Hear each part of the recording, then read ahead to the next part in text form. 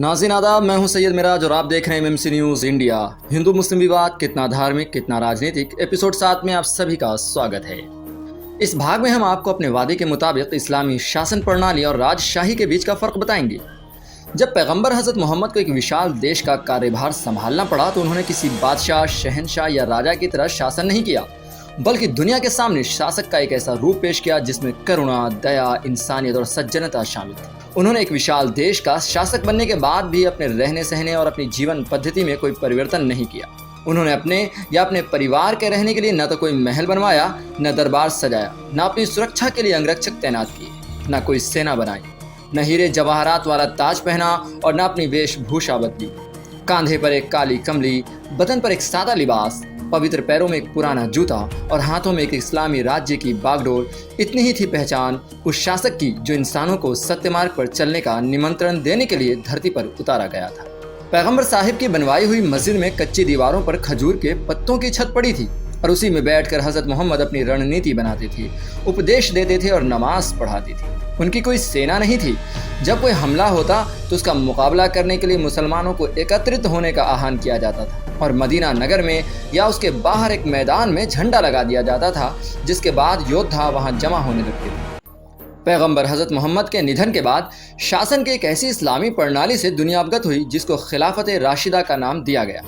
इस प्रणाली में खलीफा यानी शासक एक आदमी के जैसा जीवन व्यतीत करता था।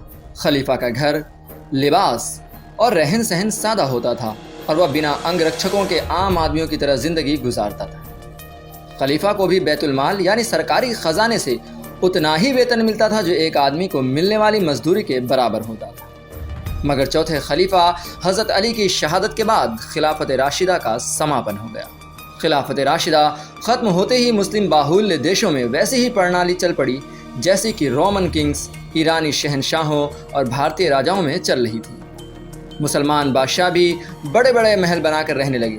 सोने चांदी के आभूषण और महंगे लिबास को शासक की पहचान समझा जाने लगा। दरबार सजने लगे, ऊंचे वेतन पर फौजी अफसर और सैनिक रखे जाने लगे। दरबार सजने लगे, भव्य मस्जिदें बनाने की चलन भी शुरू हो गया। कई शाही परिवारों ने अपने नाम के आगे खिलाफत का शब्द लगाकर भोले भाले मुसलमानों को गुमराह करने का प्रयास किया, मगर उनको किसी मुसलमान ने खलीफा का वास्तविक दर्जा नहीं दिया, बल्कि एक शासक से अधिक कुछ नहीं समझा। जब खिलाफत की नकाब ओढ़कर बादशाह और शहंशाह मुस्लिम देशों पर शासन करने लगे तो सिर्फ शासक और जनता के बीच दूरी पैदा हो गई और दरबार तक आम लोगों की पहुंच मुश्किल हुई। और फिर जिस शासक को जितनी ताकत मिली वह उसके सहारे अपने राज्य को विकसित करने का काम करने लगा, जबकि आचरण पैगंबर साहिब के आचरण के बिल्कुल विपरीत था। पैगंबर साहब ने अपने जीवन काल में किसी देश पर हमला नहीं किया।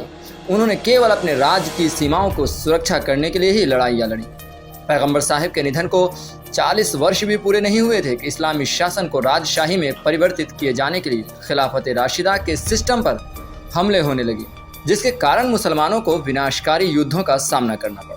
और हज़रत अली की शहादत के साथ ही इस्लामी शासन प्रणाली पूरी तरह ख़त्म हो गई और फिर बनी उमैया की बादशाहत स्थापित हो गई, जिसकी सबसे बड़ी कीमत पैगंबर हज़रत मोहम्मद के परिवार जनों को ही चुकानी पड़ी। हज़रत मोहम्मद की हिजरत के केवल 60 वर्ष बाद सीरिया के शासक यजीद की विशाल सेना ने इराक के करबला नामक स्थान पर पैगंबर साहिब के नवासे और अन्य परिवार जनों की निर्मम रूप से हत्या कर दी।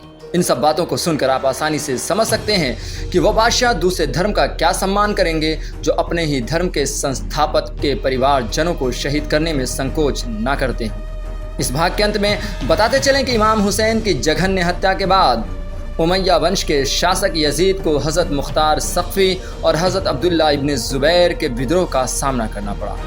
कहा जाता है कि हज़रत मुख्तार की सेनाओं के साथ मिलकर भारतीयों का एक दस्ता भी यजीद की सेनाओं से टकराया था।